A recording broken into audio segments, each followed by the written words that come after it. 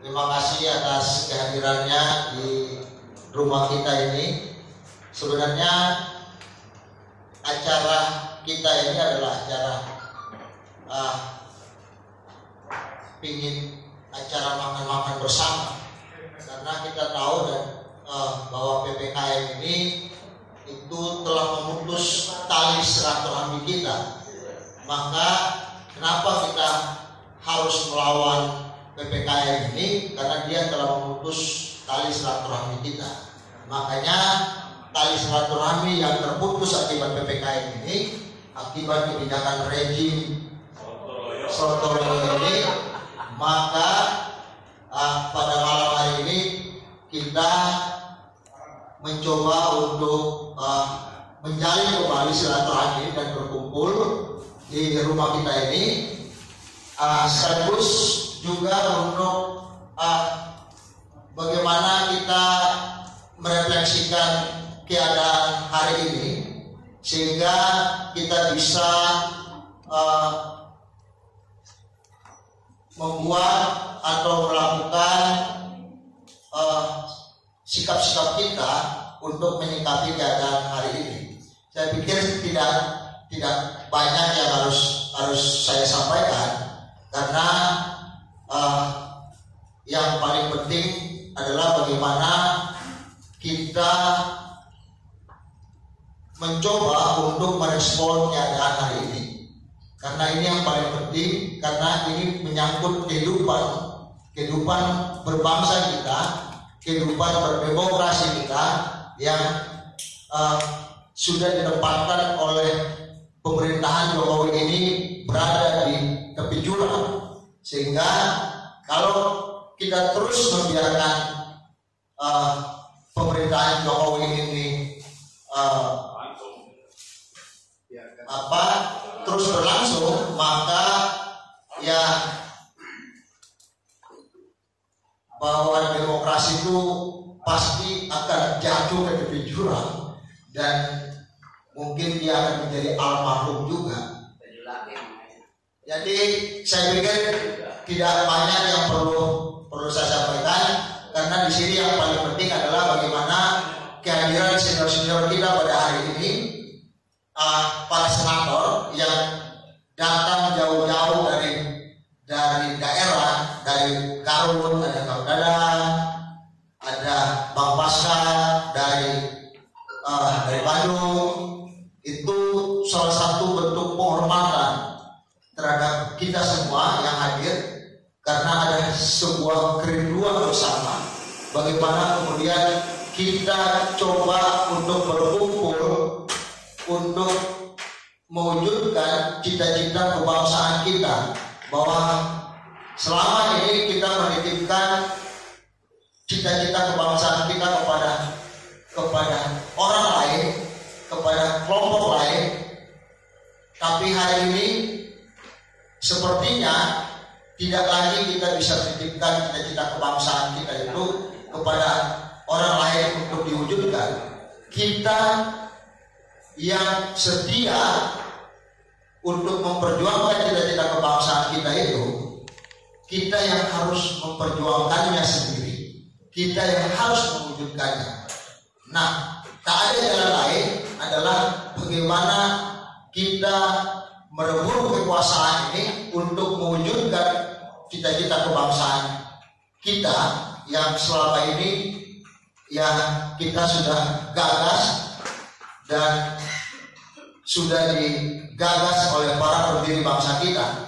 Nah, untuk itu saya berharap kepada seluruh senior, seluruh keluarga besar Prodem untuk terus menjaga silaturahmi, menjaga kekompakan kita untuk bersama-sama berjuang mewujudkan cita-cita kebangsaan kita seperti yang ada dalam mukadimah pembukaan Undang-Undang Dasar, bahwa kita bercita-cita untuk mewujudkan keadilan sosial dan memajukan kesejahteraan umum. Saya pikir itu yang paling utama, Dan terima kasih sekali lagi kepada kehadiran kawan-kawan, kepada para senior, para senator yang sudah hadir pada malam hari ini. Terima kasih. Saya ucapkan Assalamualaikum warahmatullahi wabarakatuh. Kita teriak merdeka dulu sebelum supaya ada giroh. Merdeka! Merdeka! Sekali lagi merdeka! Merdeka! Terima kasih. Rasanya ada yang bilang tak ada. Di bencana COVID. Jadi kalau kita ngomong masalah COVID, saya masih ingat bahwa Kongres Prodem itu awal-awal COVID itu saat kita melaksanakan kongres. Iya, betul.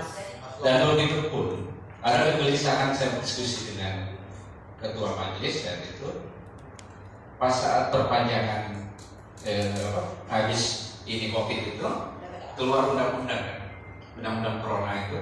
Undang-undang nomor 2. Itu yang kita demo, kita colong terus itu. Jeda kalau nggak salah itu tanggal 16. Ya. Kalau misalnya 16 kita ke DPR, undang-undang corona ini berbahaya. Kenapa? Ini akan menjadi koruptor berjamaah yang dilegalkan oleh negara. Terbuktinya sekarang iya. Siapa yang jadi korban? Ya rakyat. Rakyat. Nah, ini sebetulnya problem. Saya ingat kembali ke Kongres lagi, jatuhnya itu kan kembali ke kita. Nah, saatnya juga bahwa problem juga harus bergerak. Ceritanya rakyat dan ceritanya problem juga harus disuarakan.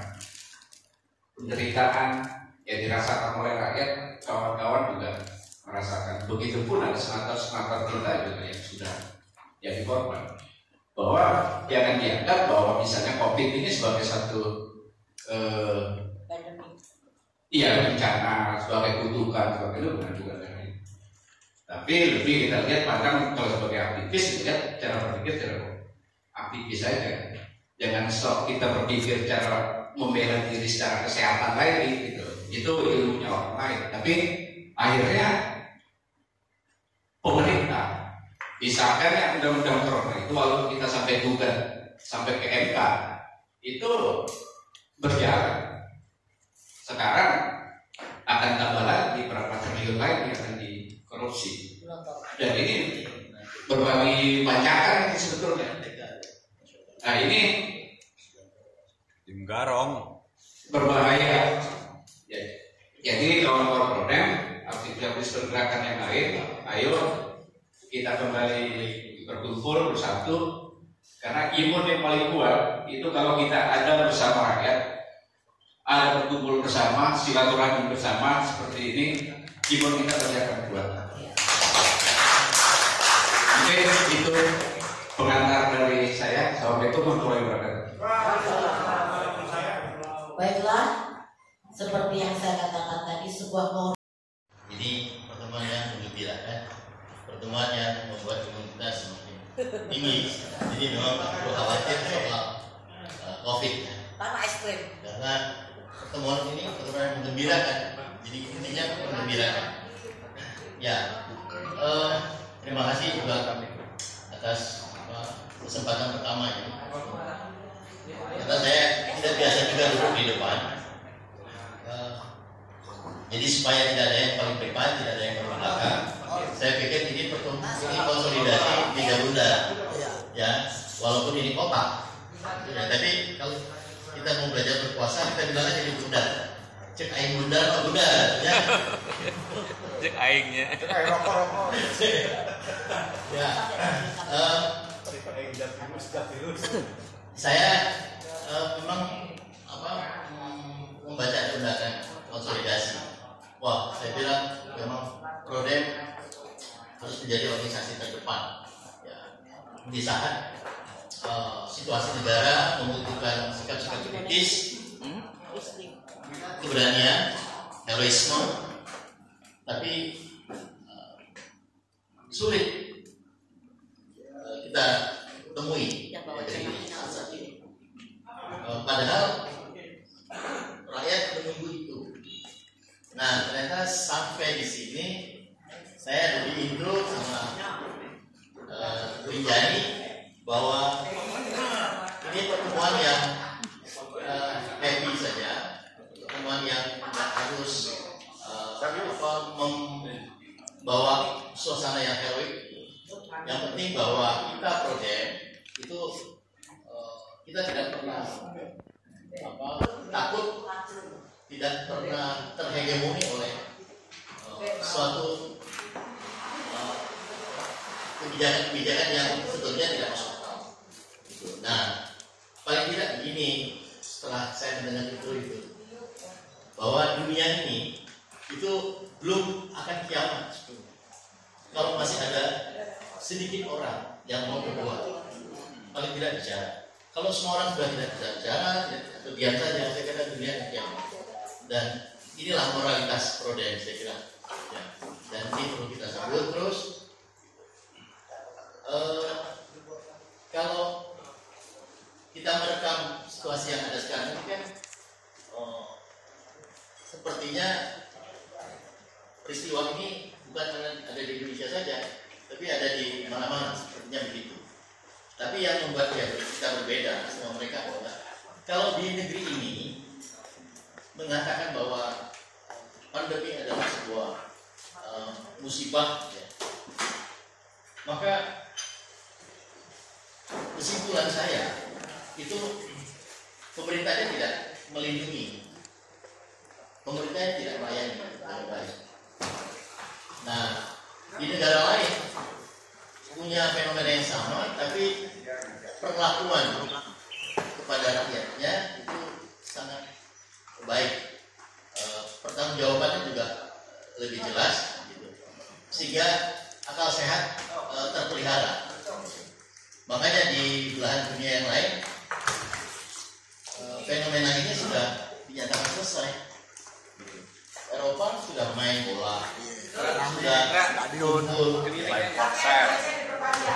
Kemudian kalau ada pertemuan itu sepertiga dari ruang itu boleh dipakai, minimal 30%, maksimal 30%. Kemudian sekolah-sekolah sudah offline. Ya. Nah, di kita semua tidak pasti. Kalau di belahan dunia lain itu setiap keputusan negara itu terkaji oleh sebuah tim ahli. Ya.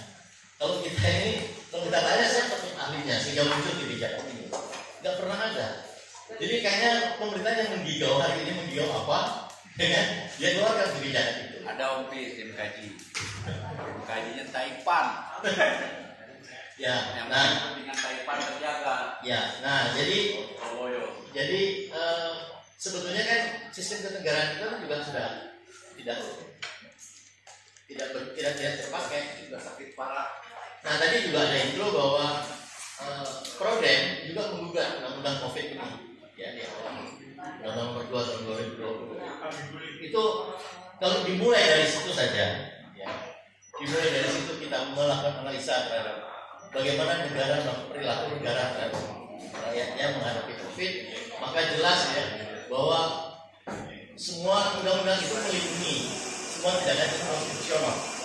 Jadi tindakan konstitusional itu dilindungi oleh undang-undang, kira-kira begitu.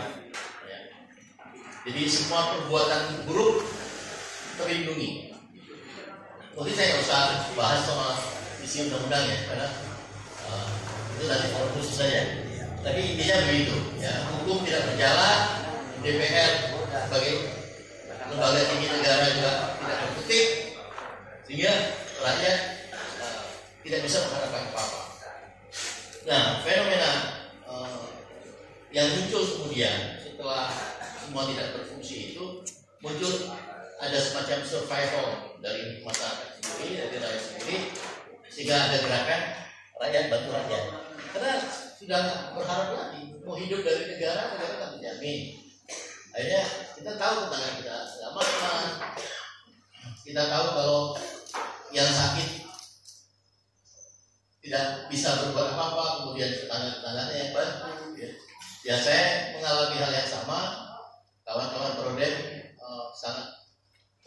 membantu. Saya merasakan sekali bantuan itu mulai dari moral maupun material ya, saya dapatkan itu, dan itu satu kebanggaan saya punya komunitas di sini.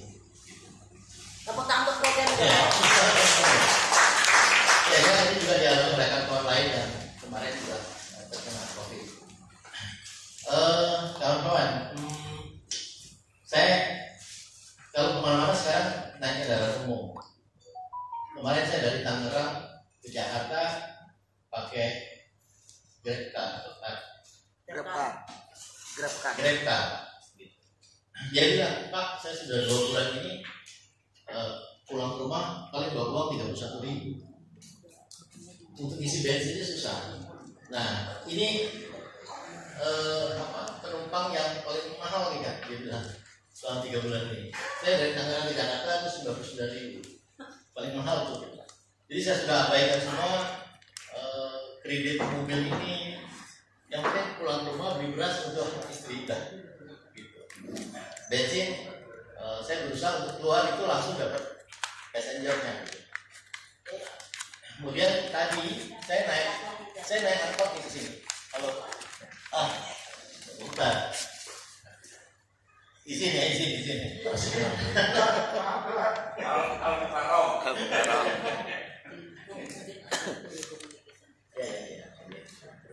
Nah, saya tadi ke sini juga pakai Grab motor. Dia bilang, kok beda sih bilang motornya? Iya Pak, motor saya barusan akan diambil. Balik, diambil. Nah, kok bisa kan dari sini? Gak tahu Pak, pokoknya saya lagi bawa penumpang di jalan langsung dicegat. Begitu hebatnya ya. Ini motor tetangga saya yang bisa dipakai. Nah, maksud saya ini contoh kecil saja. Saya kira ada ribuan jutaan contoh lain yang menunjukkan bahwa sistem negara adalah kerja lagi. Nah, tinggal bagaimana sebetulnya menurut saya upaya rakyat membantu rakyat itu tidak dikooptasi oleh kekuasaan itu. Bagaimana ini menjadi simbolisasi gerakan rakyat, bukan diambil oleh kekuasaan. Seringkali politisi kan kalau mengambil itu poin-poin itu, dan mereka jagonya. Nah, saya kira Prodem bisa mengkapitalisasi semua fenomena rakyat ini, dan itu menjadi tetap milik publik, bukan milik politisi.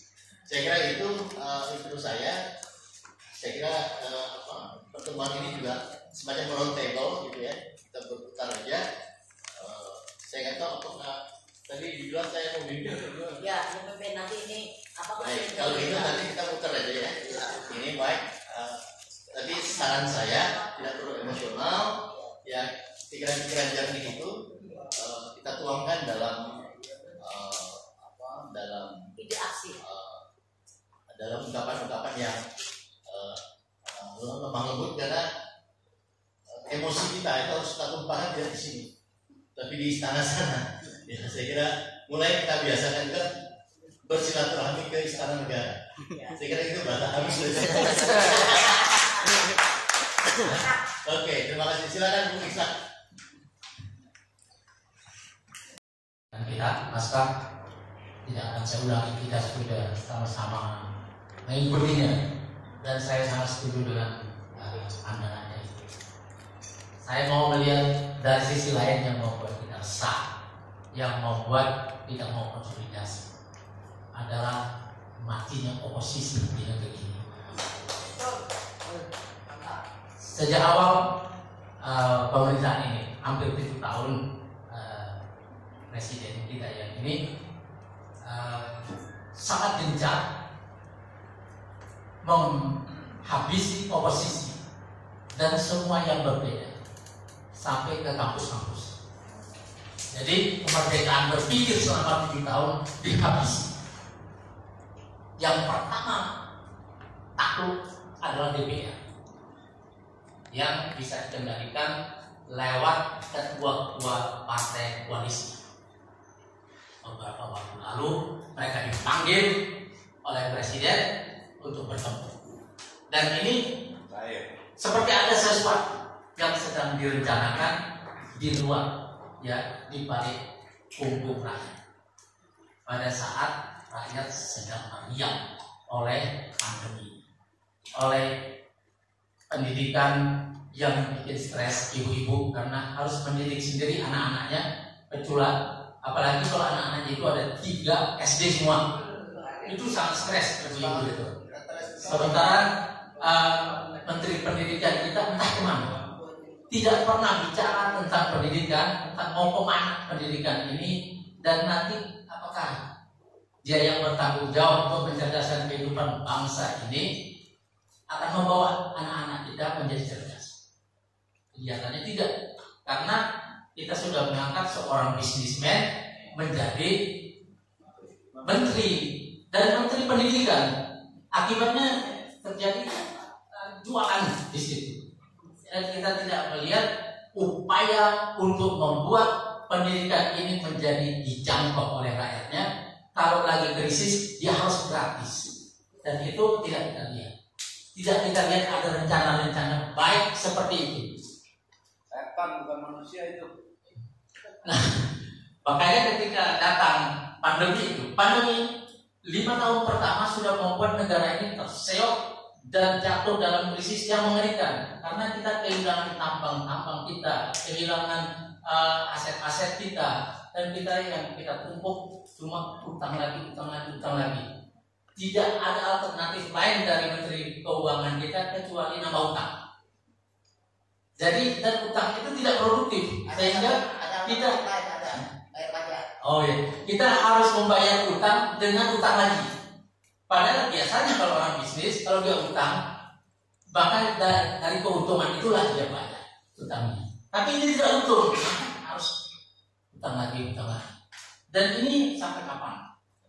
Negara ini seperti masuk ke dalam satu keadaan yang tidak bisa kembali. Kita menuju seperti kata kawan kita mulai tadi, kita menuju jurang kehancuran itu bersama DPR, bersama orang-orang. Kalau tidak diganti, kalau dibiarkan saja, maka saya meramalkannya dalam buku saya Roadmap Masa Depan Indonesia Jalan Pintas Mencegah Revolusi Sosial. Dalam 20-30 tahun ke depan kita akan hancur menjadi beban dunia. Tapi ketika rezim ini naik, nampaknya itu akan lebih cepat. Tidak nunggu 20 tahun atau 30 tahun, mungkin 10 tahun saja. Kita sudah akan menjadi beban dunia dengan kelaparan, penyakit, narkoba di jalan-jalan dan kejahatan, dan angka tunawisma yang tinggi dan pengangguran yang besar. Itu yang akan terjadi. Karena pada saat rakyatnya nganggur, diimpornya tenaga kerja dari tempat lain. Itu belum ada di negara lain kecuali kita. Maka yang seperti ini memerlukan kita duduk di sini untuk konsolidasi. Supaya apa? Supaya bisa menikmati perwujudan demokrasi. Harus hadir dalam kehidupan sampai ke piring-piring rakyat. Sekarang piring-piring rakyat itu kosong. Wassalamualaikum warahmatullahi wabarakatuh. Piringnya berterbangan. Sampainya ke Kawan-kawan sekalian, assalamualaikum warahmatullahi wabarakatuh. Beberapa pengantar tadi mengatakan tentang istilah hegemoni dan konspirasi. Katakanlah karena kita tidak berani menunjuk orang, siapa sih sebenarnya yang menggagas COVID itu? Maka saya sebut saja konspirasi. Nah, celakanya bahwa pada saat kita bicara tentang manajemen keuangan di Republik ini sudah jauh buruk sebelum ada COVID. Jadi kenapa kemudian pemerintah kita 2 bulan, 3 bulan pertama itu tidak berkonsentrasi untuk memanfaatkan apa itu konspirasi corona. Baru kemudian mereka mengambil keputusan dan kebijakan dan diteruskan bahwa pinjamlah isu konspirasi COVID ini menjadi untuk hegemoni kekuasaan. Jadi artinya kita tidak usah lagi takut dikritik ekonomi kita gagal, tetapi ini disebabkan oleh corona. Kira-kira itu ya. Nah, hegemoni yang kedua adalah 1 tahun terakhir kita juga termasuk bagian dari hegemoni itu. Jadi kita membenarkan gitu loh, ada corona dan sebagainya, kita ketakutan di Santoso berenang jemur, kita harus dianak telanjang, ditol, itu hegemoni namanya. Baru kita sadar itu beberapa hari kemudian ini bahwa ternyata ini adalah konspirasi. Jadi kita sendiri membenarkan konspirasi itu, padahal sesungguhnya negara ini, kekuasaan ini sedang melindungi kebukulokan dalam sistem ekonomi. Ya. Standar yang selalu dibuatkan oleh mulai berapa persen tentang 3% dan sebagainya tentang keuangan dan sebagainya itu sebenarnya sudah runtuh, negara pemerintah sudah runtuh gitu loh dalam kondisi ekonomi. Nah, kenapa dipelihara PPKM? Ya, kenapa dipelihara PPKM? Ya, perencanaannya belum selesai mereka dan anggarannya masih tersedia gitu loh, untuk terus bisa minjam kemana-mana. Jadi menurut saya kita tidak boleh berhegemoni. Jadi kalau Kang Dadang tadi langsung menggagas, cobalah buat perencanaan. Dalam kerangka perencanaan politik, menurut hemat saya, kekuatan ekonomi global itu sekarang tumbuh dalam teknologi digital. Ya, tumbuh dalam teknologi digital. Anda pasti kaget bahwa saat ini ada 60 juta jiwa orang bertransaksi di fintech. Bayangin 60 juta jiwa orang bertransaksi. 1 tahun saja itu transaksi keuangan yang dikonsumsi oleh fintech sudah 1.000 triliun 1 tahun. Jadi uang rakyat itu sudah digunakan oleh kekuatan teknologi digitalnya. Maka menurut hemat saya, perspektif gerakan kita itu tidak lagi mengumpulkan massa, ya, tidak lagi, tapi mengumpulkan nilai-nilai tentang ancaman kekuatan global tentang transaksi keuangan negara ini, dan kemudian pemerintah melalui Menteri Keuangan itu mengadopsinya gitu loh, menggunakan istilah itu. Nah, sehingga pada saatnya nanti kalau negara ini bangkrut, ini bukan gara-gara pemerintahan dan kepemimpinan presiden, bukan, tapi gara-gara COVID.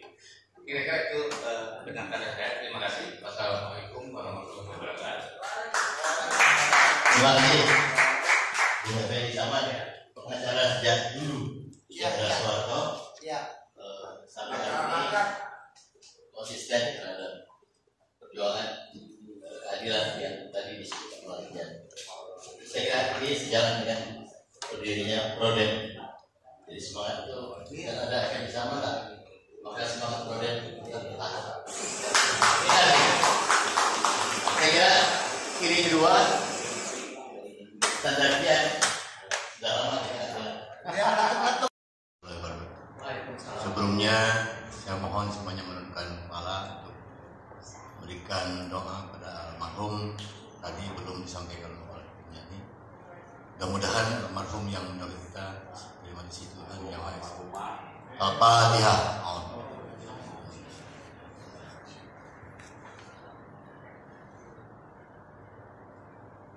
Baiklah, melanjutkan dari yang disampaikan kawan-kawan kita berbicara masalah Prodem harus terasa gerakan itu olahraga. Seperti pernah saya lakukan di kampung saya, di mana yang namanya Prodem itu mungkin bukan takabur ya. Mereka itu sangat hormat ketika Prodem bergerak. Dan terakhir waktu saya bergerak untuk melakukan perlawanan terhadap pemerintah di daerah, itu kira-kira tanggal 5 Januari, 6 Januari sebetulnya. Tapi 5 Januari malam saya dijemput. Karena memang terlalu lama konsolidasi sehingga ketahuan estimasi massa yang akan turun dan barangkali gerakan kita yang akan bikin menyala gitu. Alhasil dari apa yang saya lakukan di kawan-kawan yang ada di daerah atau di Jakarta, ketika nanti akan melakukan sebuah aksi, jangan terlalu lama konsolidasi. Jadi kalau misalnya spontanitas, hari ini kita rencana, besok aksi, tapi semaksimal mungkin. Dan saya harap dari pertemuan ini mudah-mudahan terkonsolidasi gerakan-gerakan kita di daerah untuk kesiapan ketika nanti kalau apa yang disampaikan saya terdahulu, bahwa saya berharap ketua majelis memimpin aksi secara nasional.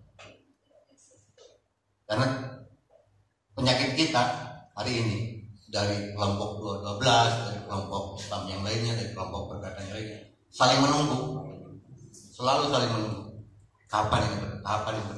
Sampai terakhir saya merapat pada sesepuh di Kabupaten Garut yang memimpin 12 yang Abdul Halim, dia merasa kecewa ketika tanggal 17 terakhir kemarin tidak jadi karena memang terpenggal oleh yang namanya penyakit COVID. Bahwa COVID ini sebetulnya bisnis, selain alat politik bagi rezim, saya pikir ini bisnis. Karena kalau yang namanya PPKM baik level 1 sampai kapanpun itu akan menjadi sebuah garis. Artinya kalau kita berbicara PPKM itu sudah selesai. Artinya kita harus mulai dengan langkah awal lagi, langkah baru lagi. Bahwa suasana sekarang ini sudah akan berbicara PPKM. Makanya saya sampaikan malam ini stop mandatory COVID. Barangkali lebih jauhnya nanti kita berbicara taktis seperti apa. Kita bergulir karena memang waktu dibatasi 3 menit ya. Ya. Mungkin saya cukupkan sekian dulu. Mudah-mudahan pertemuan yang sangat haru ini buat saya jauh-jauh dari Garut ingin sekali melanjutkan silaturahmi ini dengan saudara-saudara Kodim yang ada di Indonesia. Sekian, terima kasih.